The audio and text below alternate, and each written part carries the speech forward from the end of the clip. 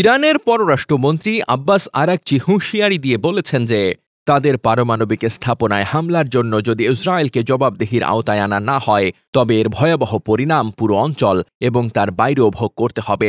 ব্রাজিলে উদীয়মান অর্থনীতির দেশগুলোর জোট ব্রিক্সের শীর্ষ সম্মেলনে তিনি এই কঠোর বার্তা দেন।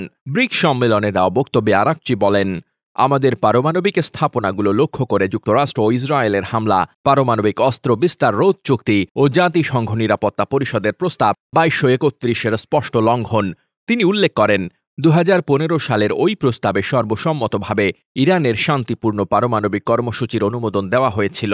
গত মাসে ইসরায়েল আকস্মিকভাবে ইরানের কয়েকটি সামরিক ও পারমাণবিক স্থাপনায় হামলা চালায়। এর জবাবে ইরান পাল্টা হামলা করে।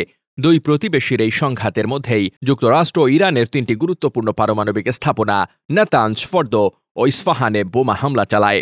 আরাকচি এই মার্কিন হামলাকে ইসরায়েলের ইরানের বিরুদ্ধে আগ্রাসী যুদ্ধে মার্কিন সরকারের সম্পূর্ণ জড়িত থাকার বিষয়ে কোনো সন্দেহ না থাকার প্রমাণ হিসেবে উল্লেখ করেন। রবিবার রিও ডি জেনিরোতে অনুষ্ঠিত ব্রিক্স প্লাস জোটের বৈঠকে ইরান সদস্যগুলোর সমর্থন পেয়েছে।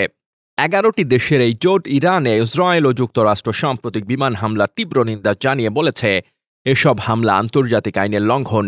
ব্রিক্স থেকে দেওয়া এক বিবৃতিতে নেতারা 13 জুন থেকে ইসলামিক প্রজাতন্ত্র ইরানের বিরুদ্ধে চালানো সামরিক হামলার নিন্দা জানান এবং বেসামরিক অবকাঠামো ও শান্তিপূর্ণ পারমাণবিক স্থাপনাগুলোর উপর ইচ্ছাকৃত হামলার বিষয়ে গভীর উদ্বেগ প্রকাশ করেন।